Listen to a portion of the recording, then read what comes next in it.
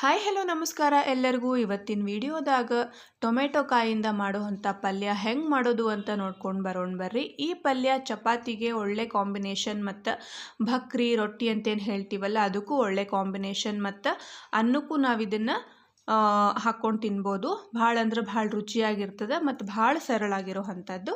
ಈಗ ಇದಕ್ಕೆ ನಾವಿಲ್ಲೇ ಫಸ್ಟ್ ಎಣ್ಣೆ ತೊಗೋಬೇಕಾಗ್ತದೆ. ಎಣ್ಣೆ ತೊಗೊಂಡು ಒಂಚೂರು ಬಿಸಿ ಆದಮೇಲೆ ಸಾಸಿವೆ ಹಾಕ್ಕೋಬೇಕು. ಸಾಸಿವೆ ಸಿಡಿದ ಮೇಲೆ ಚಟಪಟ ಅಂಥೇಳಿ ಸಿಡಿದ ಮೇಲೆ ಜೀರಿಗೆ, ಅರಿಶಿನ ಪುಡಿ, ಇಂಗು ಹಾಕ್ಕೊಂಡು ಮತ್ತು ನಾವು ಇದನ್ನು ನೆಕ್ಸ್ಟ್ ಈಗ ಇಲ್ಲಿ ಹೆಚ್ಚಿಟ್ಕೊಂಡಿರೋವಂಥ ಟೊಮೆಟೊ ಕಾಯಿ ಹಾಕ್ಕೊಂಡು ಫ್ರೈ ಮಾಡ್ಕೋಬೇಕು.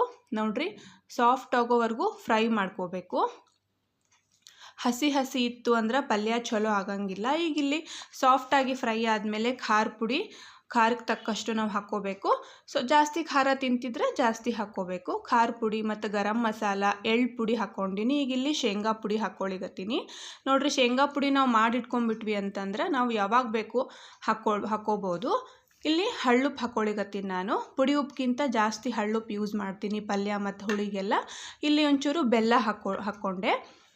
ನೋಡ್ರಿ, ಈಗ ಇದನ್ನೆಲ್ಲನೂ ನಾವು ಚಲೋತ್ನಾಗ ಮಿಕ್ಸ್ ಮಾಡ್ಕೋಬೇಕಾಗ್ತದೆ.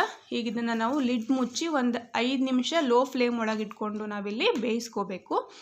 ನೋಡ್ರಿ, ಎಷ್ಟು ಚಂದ ರಸ ಬಿಟ್ಟದ ಮತ್ತು ಅದು ಕುದಿಲಿಗತ್ತದ.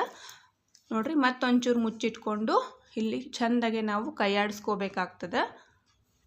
ನೋಡ್ರಿ, ಭಾಳ ಅಂದ್ರೆ ಭಾಳ ಸರಳದ ಇದು ಮತ್ತು ಭಾಳ ಲಘು ಆಗೋ ಅಂಥದ್ದು. ನಮ್ಗೆ ಅರ್ಜೆಂಟ್ ಒಳಗೆ ಕಾಯಿ ಇತ್ತು ಅಂತಂದ್ರೆ ಟೊಮೆಟೊ ಕಾಯಿ ಅದನ್ನು ನಾವು ಬಳಸ್ಕೊಂಡು ಈ ರೀತಿಯಾದಂಥ ಪಲ್ಯ ಮಾಡ್ಕೋಬೋದು. ನೋಡ್ರಿ, ಮತ್ತೊಂಚೂರು ಲಿಡ್ ಮುಚ್ಕೊಂಡು ಕೈಯಾಡಿಸ್ಕೊಂಡು ಮತ್ತಿಲ್ಲಿ ಎಲ್ಲನೂ ನೀಟಾಗಿ ಹೊಂದೋ ಹಂಗೆ ಕೈಯಾಡಿಸ್ಕೋಬೇಕು.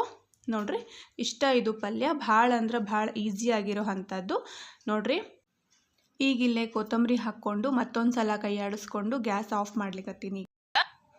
ಈ ವಿಡಿಯೋ ಯಾರಿಗೆಲ್ಲ ಇಷ್ಟ ಆಯಿತು ಲೈಕ್ ಮಾಡಿರಿ, ಕಮೆಂಟ್ ಮಾಡಿರಿ, ಶೇರ್ ಮಾಡಿರಿ ಮತ್ತು ಮರೀದೆ ಸಬ್ಸ್ಕ್ರೈಬ್ ಮಾಡಿರಿ ಅಂತ ಹೇಳ್ತಾ ಮತ್ತು ಮುಂದಿನ ವಿಡಿಯೋದಾಗ ಸಿಗ್ತೀನಿ. Thanks for watching.